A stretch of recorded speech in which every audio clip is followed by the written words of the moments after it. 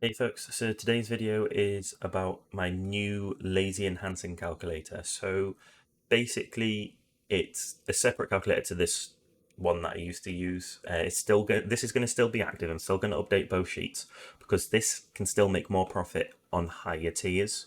So it's not redundant. It's just there's a new way of doing it without having to bother with all the clicking all week, every week.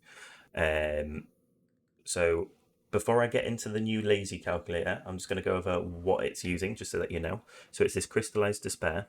You go up to like 50 of them, costs a billion, but it gives you a 100 stack. And then you've also got the 35, 40, and 45 stack from Blackstones as well, which is amazing. These ones are cheaper than building your own stacks, whereas the crystallized despair is generally a little bit more expensive, depending on how efficient you can build your stacks. Now we'll go into the sheet now. So the sheet for the lazy enhancement profit calculator. It's a bit of a mouthful, but still, as you can see, a lot less profit on the TETs, but there's actually a bit more profit on the lower tiers. I mean, look, you can make 388 million on a Deboreka ring. Now that is obviously going to be something that you can't churn out. But if you look at the other ones, 196 million, 145 million, that's a lot of profit for a try, right? You can churn tries out so much. So this is really going to affect the market. But um, just one tip to how this works. So if you click on the number, it will highlight the row, so it'll make it a bit easier to read. We'll click on the Ring of Cadre Guardians because this is a good example. So as you can see, this sheet has more columns. It's got the stack column on each one. So you've got a 15 stack for making prize. That's the cheapest stack. The 35 stack for the duos, 40 stack for tries, and a 70 stack for tets. And that makes profit all the way up to tet. Now, the thing to keep in mind with this is this updates automatically.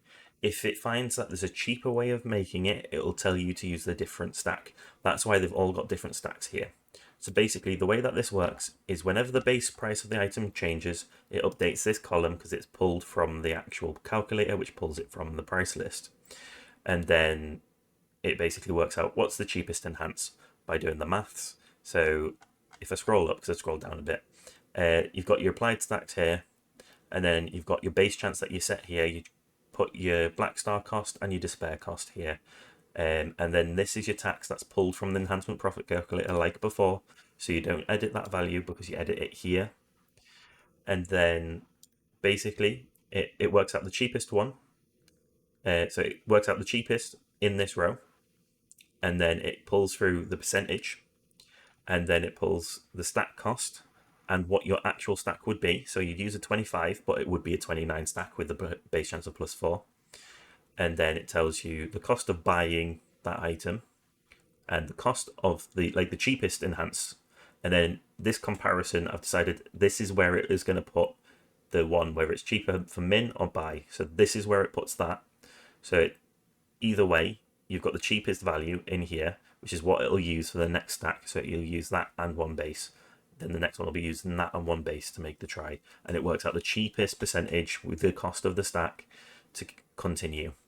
And I've done this for each row.